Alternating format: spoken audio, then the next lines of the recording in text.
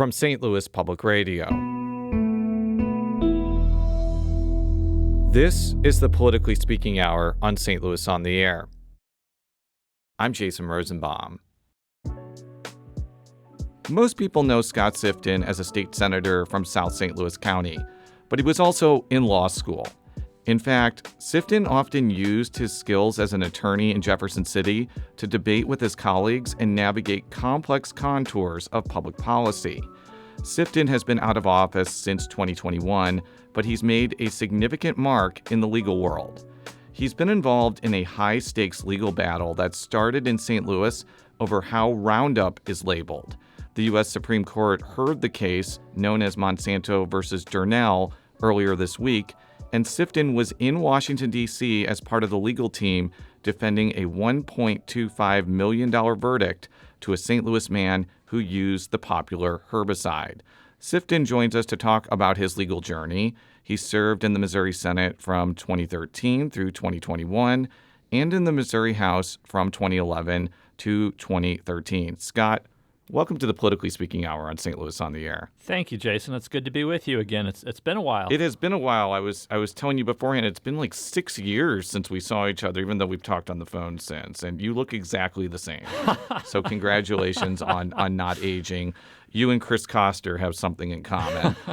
So as simply as you can, what is Monsanto versus Durnell, and what was the question the Supreme Court was dealing with on Monday? Sure, and let me begin by saying, and it's an important thing for me to mention, there are rules of professional conduct that govern what lawyers can say about pending cases, and specifically in Missouri, it's Rule 4-3.6 regarding trial publicity. I want to make it very clear that I'm very mindful of what I can and can't do. Happy to try to inform your listeners about the case, but at the same time, I operate under certain constraints in terms of what I can say. So being very careful. I'm going to do whatever I can to jeopardize your law license in this interview. But Please don't. No, I'm kidding.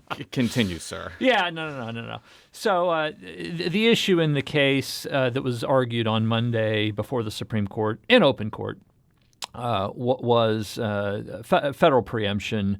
It's a labeling case where the EPA approved a label for the product, and the question is whether when the EPA does that, a state court civil jury can nonetheless find it suspect under state tort law and enter a verdict as the jury in this case did.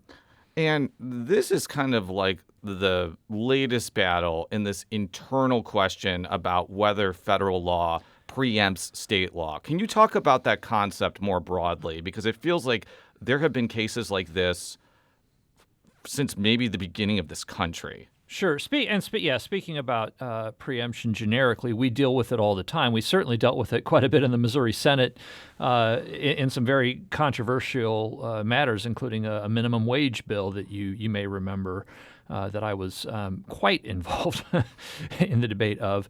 But yeah, I mean, we have the supremacy clause. We've always had the supremacy clause. The question is, in any given case, what does it mean? What are its implications? And there is a large and very complex body of law that has developed over the nearly now 250 years we've been a republic to set parameters on when states are preempted by federal law from doing certain things and when they are not. There are a ton of lawyers involved in this case, so I don't want to give our listeners a false impression that you were doing like literally everything. But can you just talk about how you were involved in this case? Sure. So I was on the trial team. The case was tried in October of 2023. Fair to say, I took the depositions of the two experts that were called to the stand by the other side in the case. Did everything that trial counsel do. My role was more confined to arguing the law, the sorts of issues that are taken up not in the presence of the jury. But then when there was a cert application filed with the United States Supreme Court, I had a hand in that briefing on whether cert should be granted. And then when the ultimate, once cert was granted and the ultimate brief was prepared, I took part in editing that.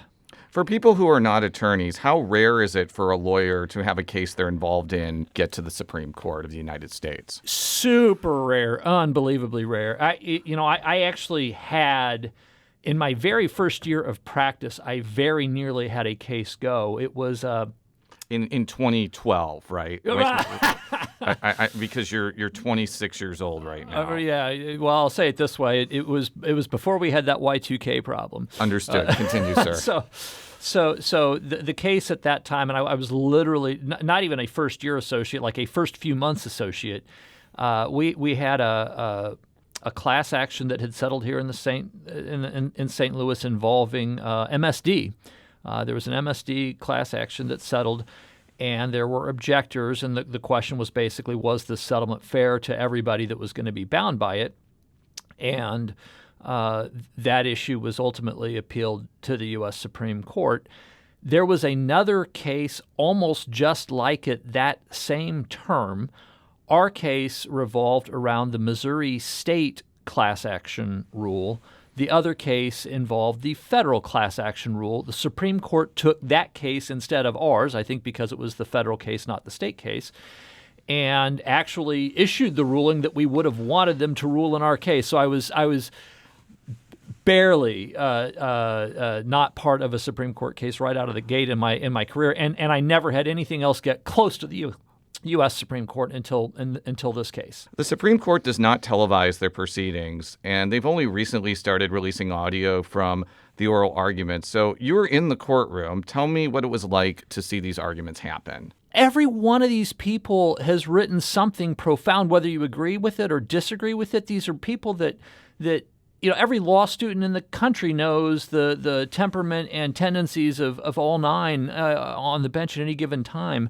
These are the leading lights in our profession. Again, no matter how much we may agree or very strongly disagree with their rulings, these folks are well known to us. But to actually see them in action,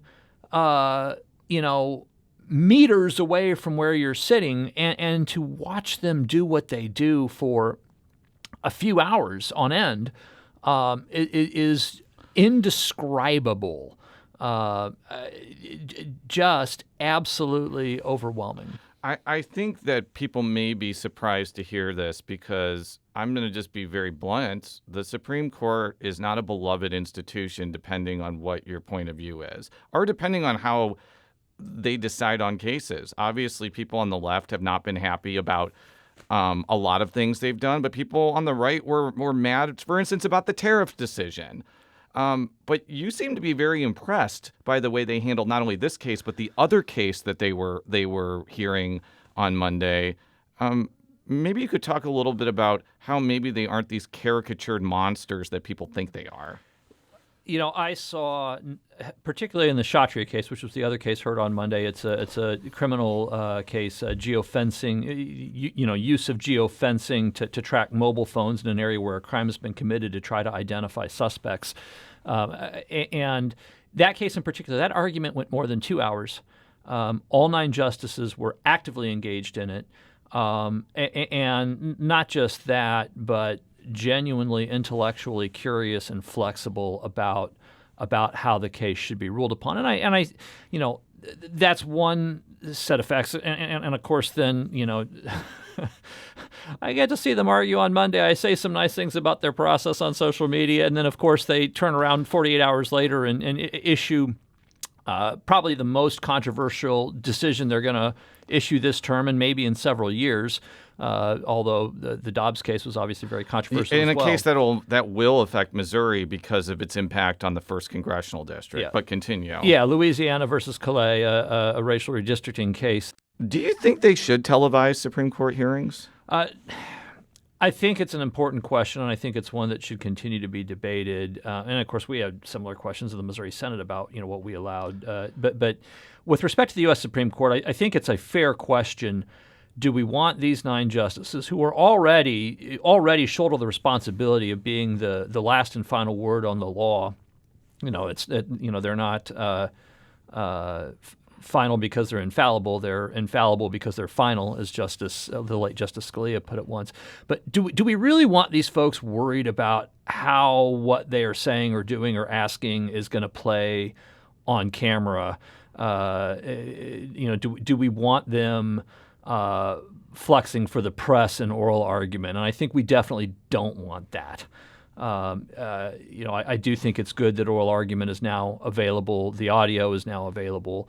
But I don't think we want them worried about how this is going to play. I think we want them doing their job and focusing on the law and the merits of the cases that are in front of them. Again, whether we may agree or very strongly disagree with the outcome in any given case. Let's talk about you for a moment. You termed out of the Missouri Senate in 2021, and except for a brief Senate bid in 2022 that you ended up not pursuing, you've been out of electoral politics for about 6 years. And I guess this brings up an interesting question. Is it possible to have a really successful and busy legal career and be in elected office, or do you basically have to choose between the two? I'll say this: I think it's definitely possible. Is it easy? No. And then layer on being a father and everything else we do in life. Yeah, I mean, you make challenges and sacrifices to serve. And certainly I could have spent the 10 years I was in the legislature. If I'd have practiced law exclusively during that time period, I'd probably be a bit closer to retirement. But I was going to say, because you can probably practice law here and there, but if you're in Jefferson City for 5 months out of the year, you probably have to limit the scope of things that you're doing, or you just have to advise other attorneys on things, basically. There's actually there are some things that are done to protect attorneys who serve in the legislature in that regard. We do have the ability for those of us who litigate to continue cases so that we're not getting called to trial in the middle of the legislative session. And that's something I tried not to use. I tried to make sure that we scheduled trials at a time of the year when I was available to focus on that more or less exclusively. And in that regard, other than the day I got sworn into the Missouri House, my very first day in the Missouri legislature, I got a call from the Eighth Circuit Court of Appeals on an oral argument that they had not sent me notice of being set. And so I wound up having to argue an Eighth Circuit case, which is one rung below the U.S. Supreme Court, within the first 2 weeks of serving in the Missouri House, which was a bit of a challenge, but we got it done. Yeah, and it was an unexceptionally boring session where you got rid of a congressional district and passed a lot of legislation. But let's not dwell on the past. Do you think there's anything about being in the Senate in particular that made you a better lawyer, or did your legal skills just atrophy from all those late night filibusters? No, I was trying cases and arguing cases and handling litigation the entire while. So I wouldn't say that it limited me in that regard. I had to manage things a little bit differently than I would have otherwise, but. No, I think that there were some good synergies. I think that certainly having there was a 2-year period where I was the only licensed attorney in the Missouri Senate, or the only practicing attorney rather. There was a second senator who was licensed but had never practiced. Bob Onder. I think he got a law degree thinking he could do both, be a law degree and be a medical doctor, and he realized, no, I can only do one or the other. So continue. Yeah, I wouldn't speak for Bob on that, but the point was there are fewer attorneys in the legislature than I think most people assume, and I'm not. I think one of the great things about the Missouri legislature, particularly the House, is you've got folks from all walks of life, and I think that's great. I think that leads to better decisions. I'm definitely not one of those attorneys who think that attorneys should rule or decide everything. Even when I was on a school board, I was one of 7, and I said, I don't think there should be 7 lawyers on the school board. I don't think there should be 4 lawyers on the school board, but I also don't think there should be 0. I think you want one person in the room who's worried about the sunshine law, if nothing else, just to make sure that we're doing things, in the public light appropriately. Scott Sifton is a former Missouri legislator who was involved in the case that was heard before the U.S. Supreme Court this week involving Roundup labeling. Scott, thank you for joining us. Pleasure to be here. Thanks, Jason.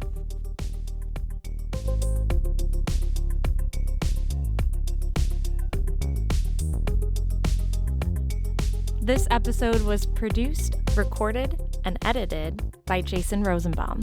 Podcast design by Aaron Dorr. Our executive producer is Alex Hoyer. St. Louis on the Air is a production of St. Louis Public Radio. Understanding starts here. Do you find yourself regularly listening to episodes of St. Louis on the Air? Suggest us to a friend you think might enjoy our conversations. And leave us a review and rating on Apple Podcasts on the App Store. It's the simplest way to help people discover our show. Thanks. St. Louis Public Radio is a member-supported service of the University of Missouri St. Louis.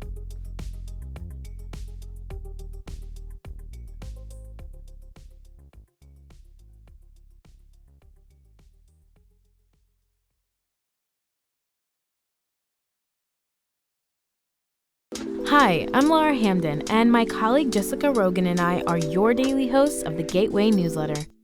We meet with the editors in the STLPR newsroom every weekday to bring you the top local stories of the day in a quick and easy 6-minute read by 6 a.m. In an age of overwhelm, it's a refreshing, thoughtful take on the news day, if we do say so ourselves. Fine-tune your daily news habit with the Gateway newsletter. Subscribe at stlpr.org/gateway.